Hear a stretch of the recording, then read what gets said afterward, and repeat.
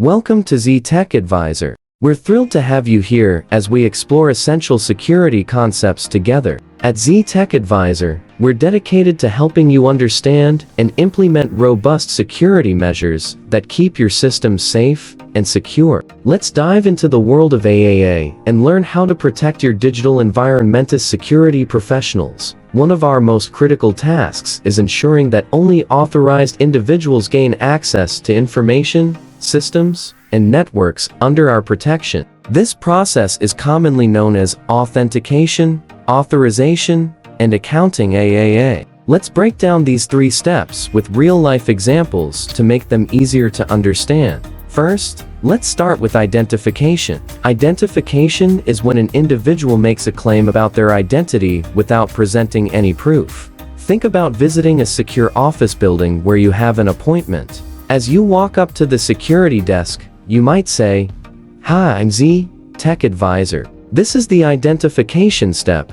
You're claiming to be someone, but you haven't shown any proof yet. It's important to remember that this step is just a claim, and it could be false. Next, we move to authentication. This is where you prove your identity to the satisfaction of the access control system. In our office building example, the security guard might ask to see your driver's license to verify your claim that you are indeed Z Tech Advisor. This proof step is crucial because it confirms your identity. However, proving your identity alone isn't enough to gain access. The system must also confirm that you are permitted to access the resources you are requesting. This is where authorization comes in. In our office building scenario, the security guard might check a list of appointments to ensure that your name is on it. If it is, you are authorized to enter the building. Understanding the distinction between identification and authentication is essential. Identification is making a claim, while authentication is proving that claim.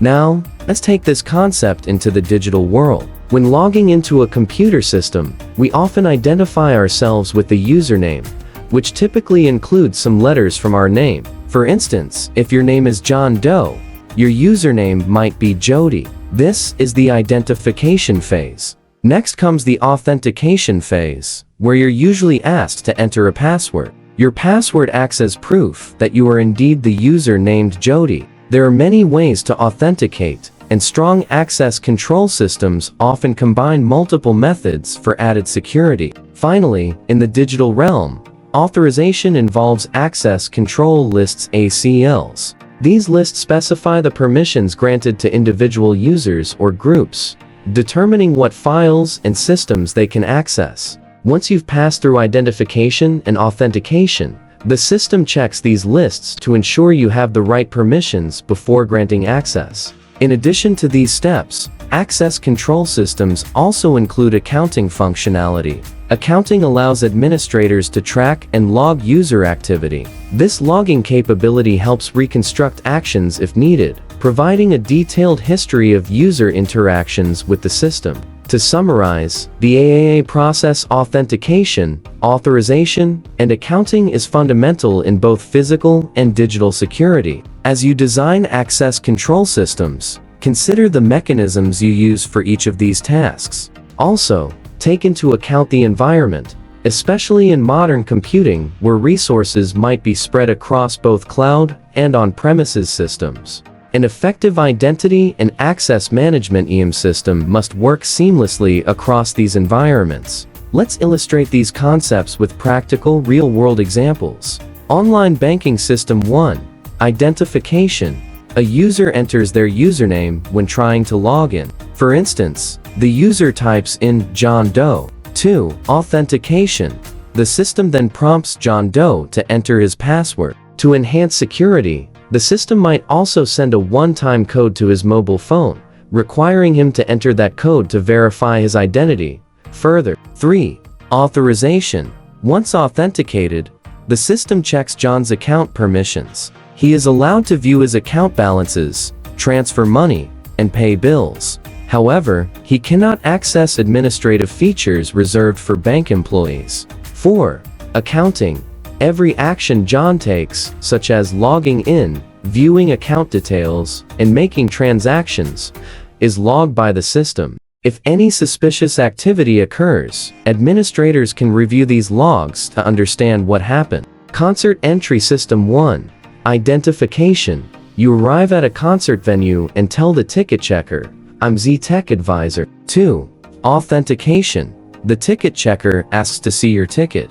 You present your digital ticket on your phone, which is scanned to verify that you are indeed Z Tech Advisor and have purchased a ticket. 3. Authorization. The system checks if your ticket grants you access to the VIP section. If it does, you are authorized to enter that area. If not, you are only allowed access to the general admission sections. 4. Accounting. Each time a ticket is scanned, the system logs this activity, noting the time of entry and the specific section access granted. If there are any discrepancies or security issues later, the logs can help trace back the movements and actions of attendees. Understanding and implementing AAA is essential for securing access to systems and information. Whether in physical security scenarios or digital environments, these principles ensure that only the right people gain access to the right resources, and all actions are accounted for and traceable. Remember, maintaining strong passwords and using two-factor authentication is crucial for keeping your account secure. And that's why AAA is so important in ensuring secure access to online services. Thanks for joining me on this tech adventure. If you enjoyed this video, don't forget to like, subscribe, and share it with your friends. Stay tech savvy, everyone.